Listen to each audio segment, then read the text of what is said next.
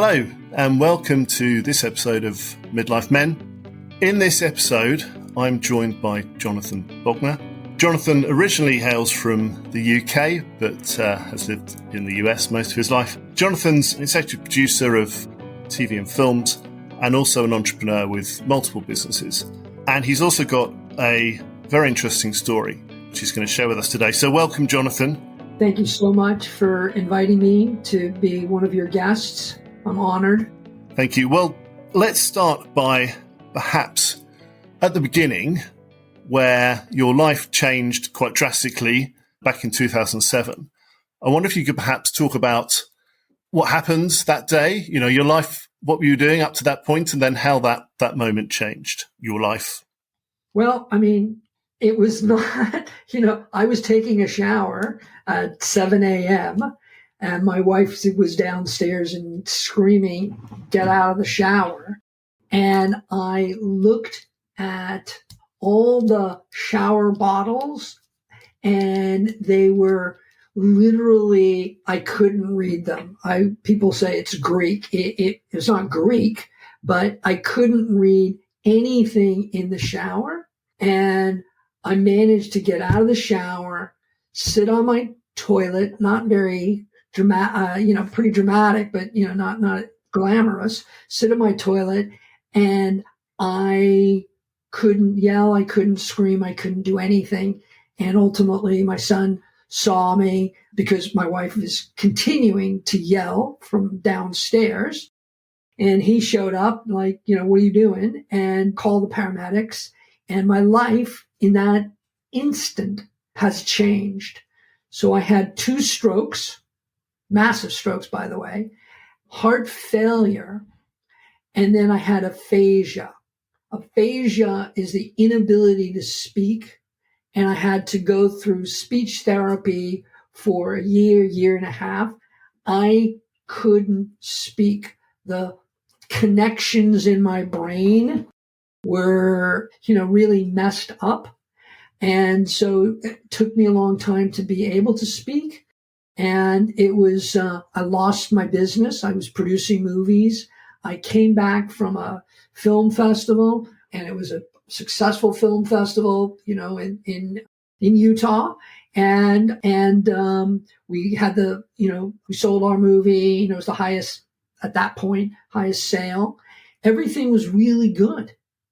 But I came to realize that I had a virus that attacked my heart. And that virus caused all the ensuing problems that I had.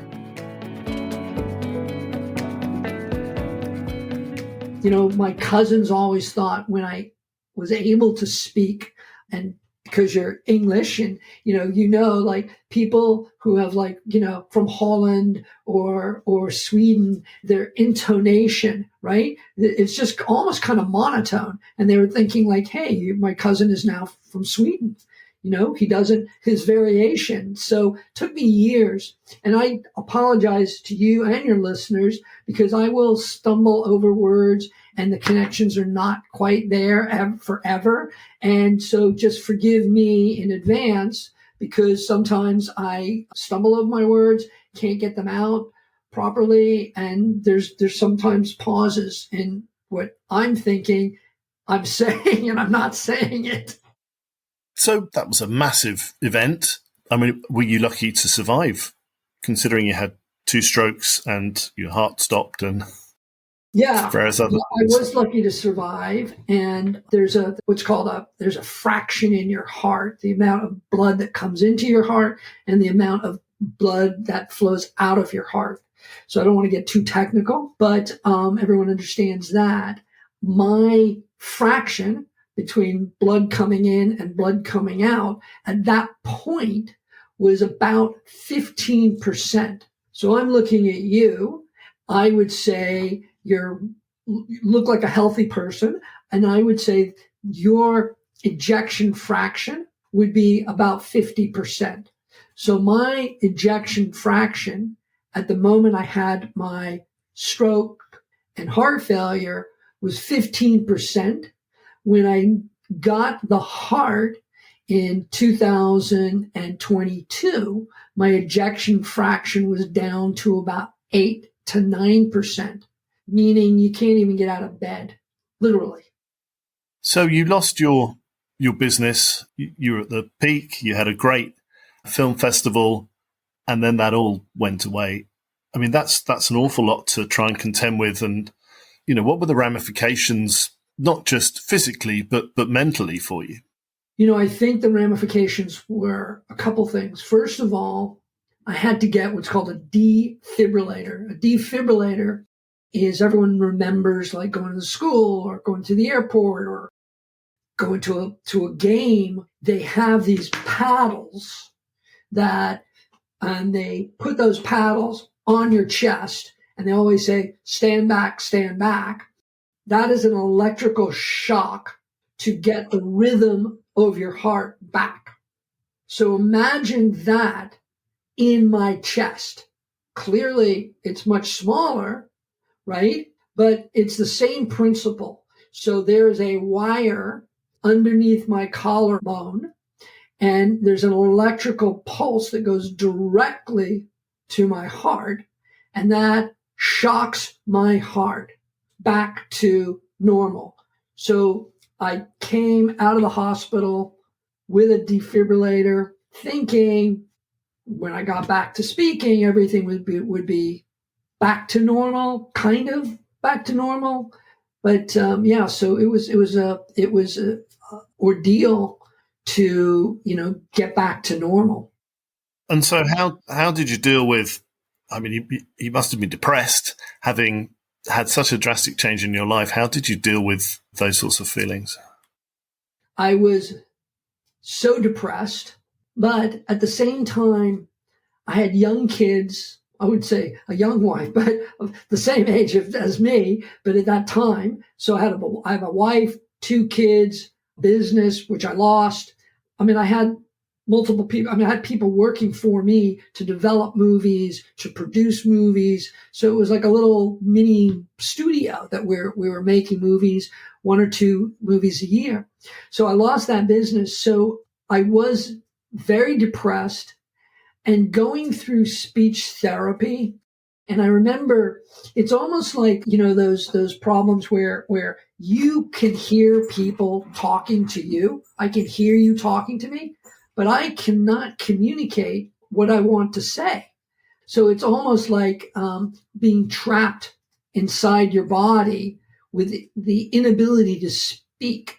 So I remember going to speech therapy, and the therapist was telling my wife, because I couldn't even say my wife's name is Cindy, and I couldn't even say Candy. So the speech therapist said, after months, she said, I think that's the best it's going to get. And my wife was like totally heartbroken. And I was thinking, like, who are you? Who is this woman telling me what I can do and what I can't do? And I want to rise above because I'm obstinate and I don't want to accept the reality that I'm not going to speak. I want to prove you wrong. So yes, I think at this time it was so depressing, but you had to move on. There were too many people that were depending on you. And also as a young man, relatively speaking, to have this when you're 45 years old, it's the prime of your life, your income, that's when you start making money. That's when, the fruits of your labor. So I got struck down at that point in my life.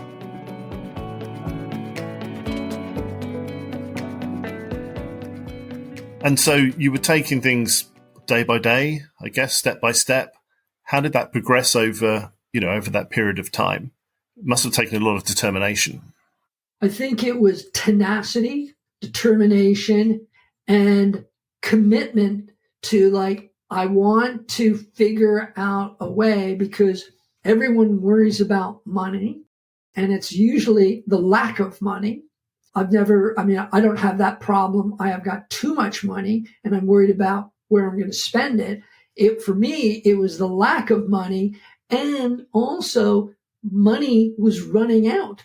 So I had to kind of figure out a way to reinvent myself, even though I really was not speaking at that time.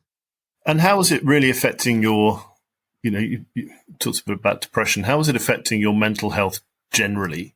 I mean, it sounds like you had tenacity, as you said, and, willing yourself to improve, especially with your speech. How did you get through the darker days? Yes, the darker days, and there were many. You just go into your mind, and there's that voice that says, am I going to make it? Am I going to, you have all these doubts. And I think, having the defib, and I would say I was allergic to stress, even though it was the most stressful point of my life. So it's almost like you're totally stressed out. You have to make money. You have to succeed. But at the same time, you have these tremendous doubts. Can I do it? Can I put my head down and achieve it? So yeah, there were moments of thoughts about suicide. There were moments, and I was suffering from, I always felt like I always had PTSD, and that comes into like, in a variety of ways. It comes into that when I first got sick and when I got the heart transplant. When I get the heart transplant, it was, I got shocked multiple times. I was trying to tell you that one time I got shocked and it didn't work. So the defib shocked me again. So back to back. And then I was talking to my cardiologist and I said, I'm fearful of going to bed at night. I mean, I'm tired and I'm thinking I'm going to get shocked again. And, with all the drugs, the meds that they're putting me on, the cocktail of meds, I always say that, and you want to go to sleep and it's not a good sleep. So you wake up periodically and you worry and you're stressed out. Am I going to get shocked again? And then he gave me, again, another drug to relax me. So yeah, it's been very stressful, and moments of suicide and moments of deep, deep, dark depression, like, and the inability to really explain it to your wife. And it's pretty much like your wife is the person, or your significant other, or, the person that is closest to you, that you go to bed with at night, and they're part of your team and they're your caregivers. But you go into this world alone, and you can't really explain how you're feeling, because she wants you to say it's going to be okay. And you're thinking it's not going to be okay. And if you say it's not going to be okay, she panics. And then the household panics. And then you're trying to be the man of the house and not admit your own feelings. And it's a very difficult period of your life. And I have developed my own philosophy about how to recover from traumatic events in my life. And, just to recap, I mean, I had a virus that attacked my heart. I had heart failure. I had 2 strokes. I got a defibrillator. I was suffering from PTSD. When I got the heart, I had pulmonary edema. I have aphasia, can't really speak. My ejection fraction was like 9%. So it's just overwhelming.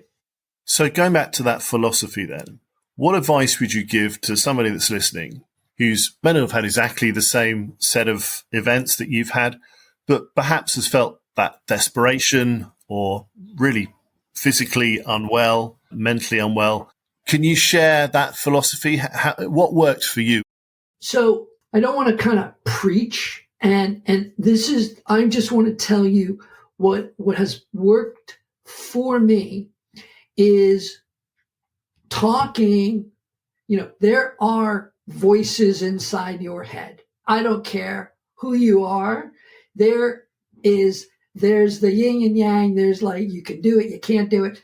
And you have to compromise with those voices inside your head and hopefully work it out, right? So there's these voices, and then you're going to work it out. I do the kind of, my philosophy is this is what I do every day. Every day. It's not, I do it once a week. I do it every other day, every day.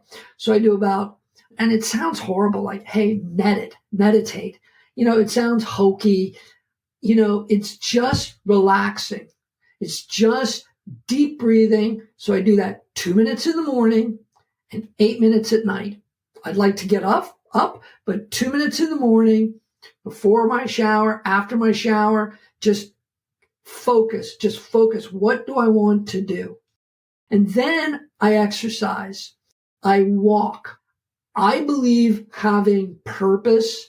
And for me, purpose is, do you have any chores? Because you can't just wake up and have no purpose in your life.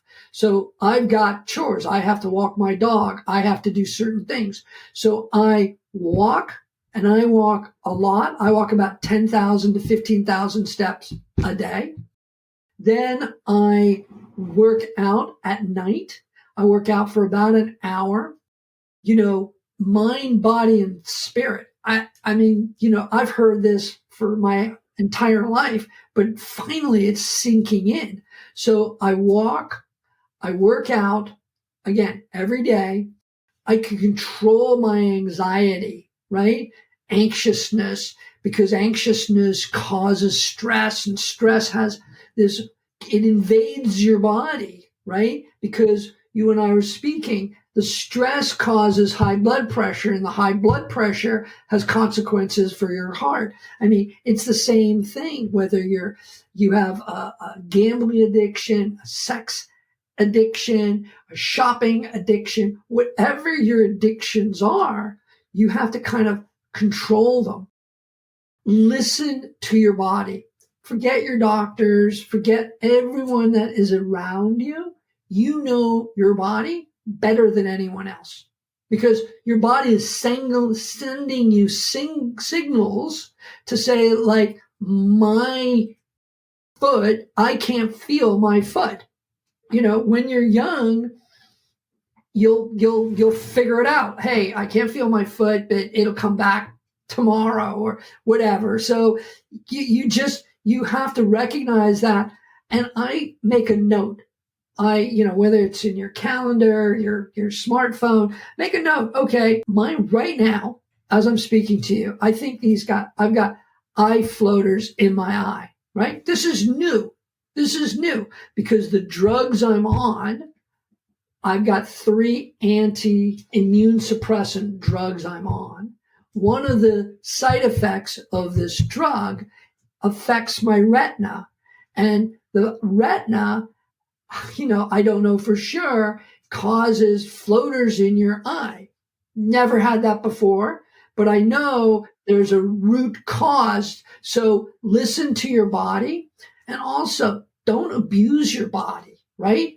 Don't, it's like people need, whatever, drugs or narcotics, but, just try to be smart. So that's kind of like what I try to do, and so that's what I try to do. And none of that is beyond, what anybody could achieve. They're quite simple things that most people could do. So, that's great advice. But the simplest things are almost the most complicated things, because it's so simple, you can ignore it. Don't ignore it. Don't ignore your body. Don't ignore exercise. Don't also ignored the food that you put into your body. So, I mean, they all help you survive. And when you're younger, is it fair to say that, as you were saying earlier, you don't really think about this? You don't think about what you're putting into your body. You don't think about really what you eat and how much you might drink, alcohol or, drugs. But do you think it's fair to say you have to take that seriously when you get older? It does come back to bite you in some cases. Absolutely. A lot of things that we do to our body and our mind when you're inexperienced, I wouldn't say younger for me, inexperienced, you don't know what the effects are.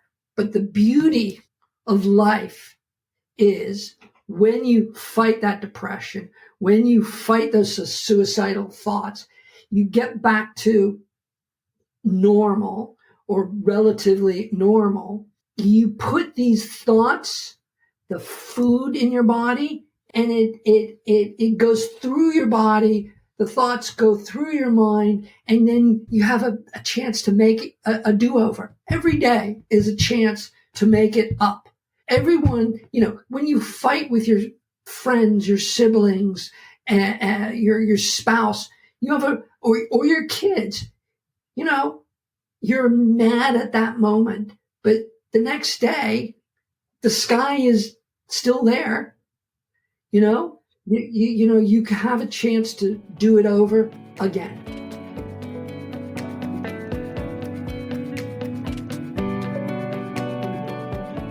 Can we just go back to the point in 2001, which you mentioned earlier, where your defibrillator, it shocked you twice, and then you were rushed to hospital, and then you were then given a new heart.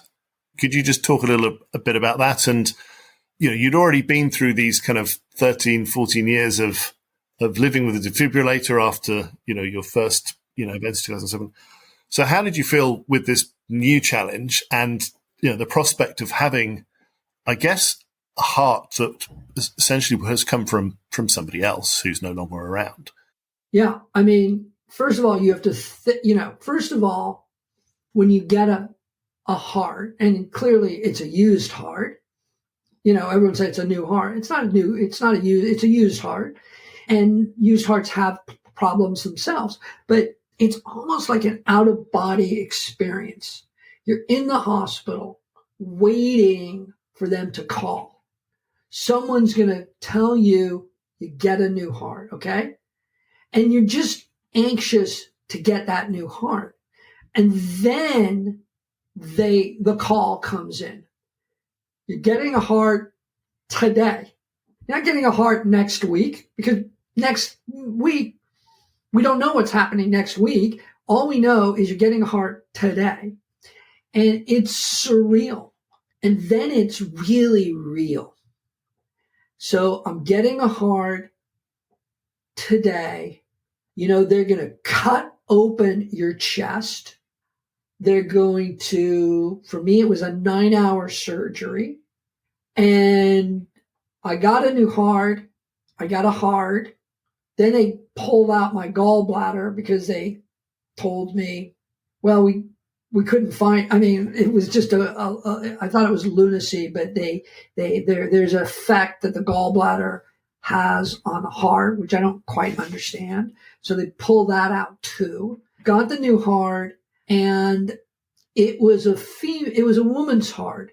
So interestingly enough, because I'm not a big guy, I don't weigh a lot. So just to put it in perspective, I'm 5'7", and I was 120 pounds, 122 pounds when I went in. So that size could work for a man or a woman.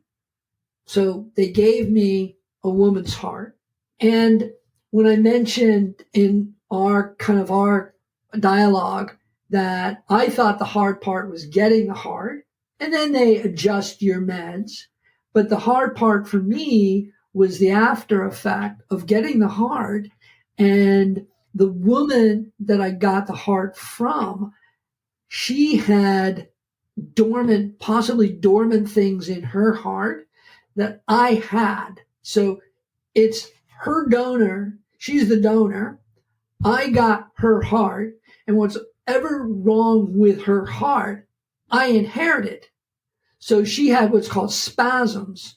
And spasms, you think, oh, my arm spasms, my leg spasms. And it's usually for like, a second or 2 seconds or 3 seconds. She had heart spasms. So that means, first of all, I was in the hospital 2 weeks and they didn't know what was going on. And the heart spasms were really active. I had to pull up my chest and have the doctor, cardiologist, look at my chest because it's like, he thinks it's like made up because it doesn't show up because it's so instantaneous. It doesn't show up if someone was not watching the monitor. So it's like, put your hand on my chest and you'll see what I'm feeling. And they said like, oh, I get it. Your heart is spasming. So we'll do a procedure. And it presents like you're having a heart attack. The concept, obviously I've not had a heart transplant, but the concept of having a donor heart with its own, personality. Were you thinking, well, actually, I'm just thankful I have a replacement heart, so I don't really care that much? Or was it really quite difficult to get your head around the fact that you now had, part of somebody else, a major part of somebody else, essentially at the kind of center of your own body? That is really an excellent question. And I don't want to unpack that question for us. But the original thought of getting a heart was just, I was doomed. So literally my heart was not pumping. I had fluid on my lungs. So I was going to die. All my cardiologists, and my surgeon said, you're on death's door. So I recognized that. And then we got the heart. There's a moment of joy. And then the reality is you get all these problems with the donor's heart. And that is a part of me that I got so depressed. Why me? I've had all these problems. I thought I was a healthy person. I got strokes, heart failure, couldn't speak. Then I got a new heart. And then, you're so upset that you're the only person in the world that is getting these things, right? All these problems. And so you have to kind of get out of your own mind and you have to, my sense of humor, and my sense of humor was almost like gallows sense of humor, it's could be worse, I don't know how much worse, but it could be worse.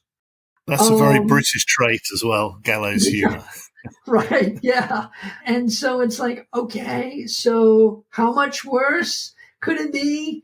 So, all these problems. And then, it all raises you're touching a point, like when you get a heart, they offer you an opportunity to write a letter to the family. And originally, my letter was, the first month, it was just, oh my God, I got a heart. Thank you so much. And then it changed because I waited for a year. I don't know why. It was like the ether in the air, the drugs in the air because I got the new heart the first month. Let me just see how it goes. So at the end, I thank them for the heart, the family, but I was not overly enthusiastic, but it was a little more couched in the way I expressed myself. So, it's just why me, and I think your audience will understand, yes, it's you. This is happening to you. Your depression is happening to you. Your moments of I'm going to commit suicide are happening to you, no one else. but you have to pause, and then take a deep breath, and then tomorrow will be better. You have to have some optimism, it's so dire, but at the same time, will the sun come out tomorrow? Would the sky be there tomorrow? And I mean, these are so basic, stupid things but you go through these emotions, and then you conclude that, yeah, it's better in a couple weeks, but at that moment, it's so oppressive. But you have to get through it. You have to get through it. You have to get rock bottom. Well, how is life for you now then? I feel gratitude for lots of things in my life, which I never thought I would. I was a taker, whatever I can take, I'm going to take. I didn't really have a lot of gratitude, but today I pause and I think about how grateful I am for certain things, how grateful I am to have a family, my wife, how grateful I've got friends that can keep me grounded. You have to make sure of your support system, but how am I doing today?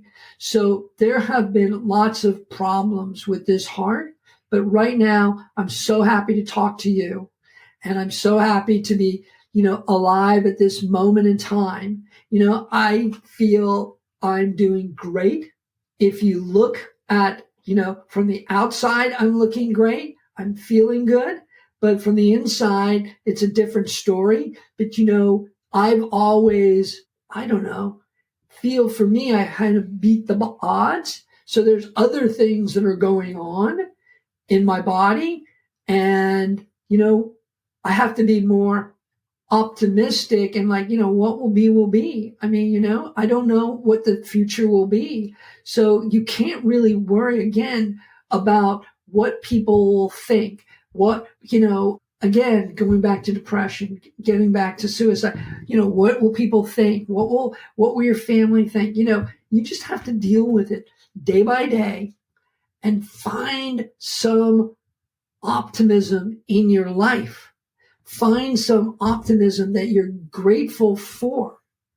And so I'm grateful that I'm still talking to you and feeling good. Good. And we're glad to hear that. Can you talk a bit about becoming a patient motivator and what that means and why you've decided to do that? Yeah. So I don't want to be a victim of circumstances.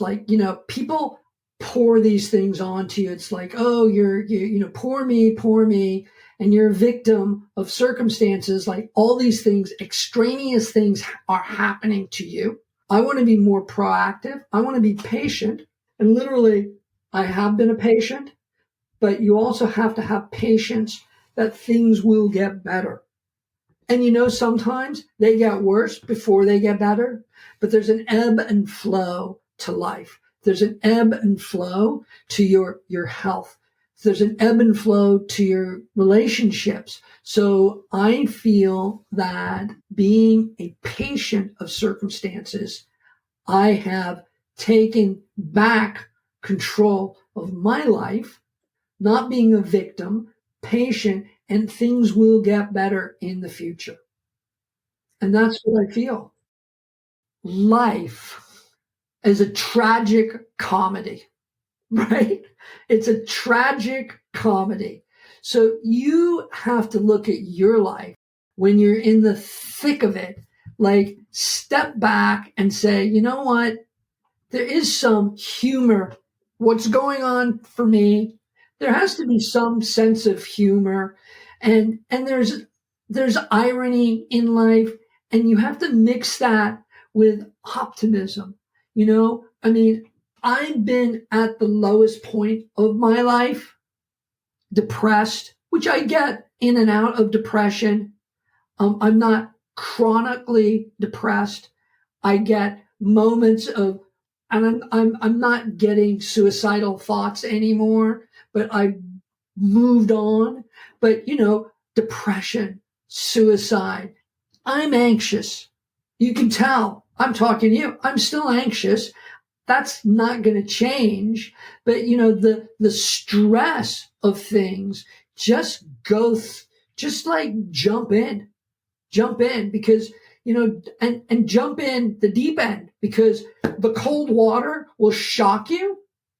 But at the same time you're swimming, you get warm. So every day you have a chance to do it again. And sometimes, life can change in an instant. My life changed in an instant. We didn't plan. And at the same time, what you do next, that will define you. Not what you've done in the past, what you're doing next.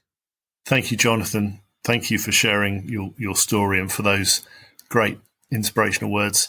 And also thank you. I know it's your birthday today, so thank you very much for talking to us today. And we'll let you go and have your birthday lunch now. No, I couldn't think about a better way to celebrate my birthday, doing a podcast with you and kind of relating my story to your listeners, and hopefully some good will come out of it.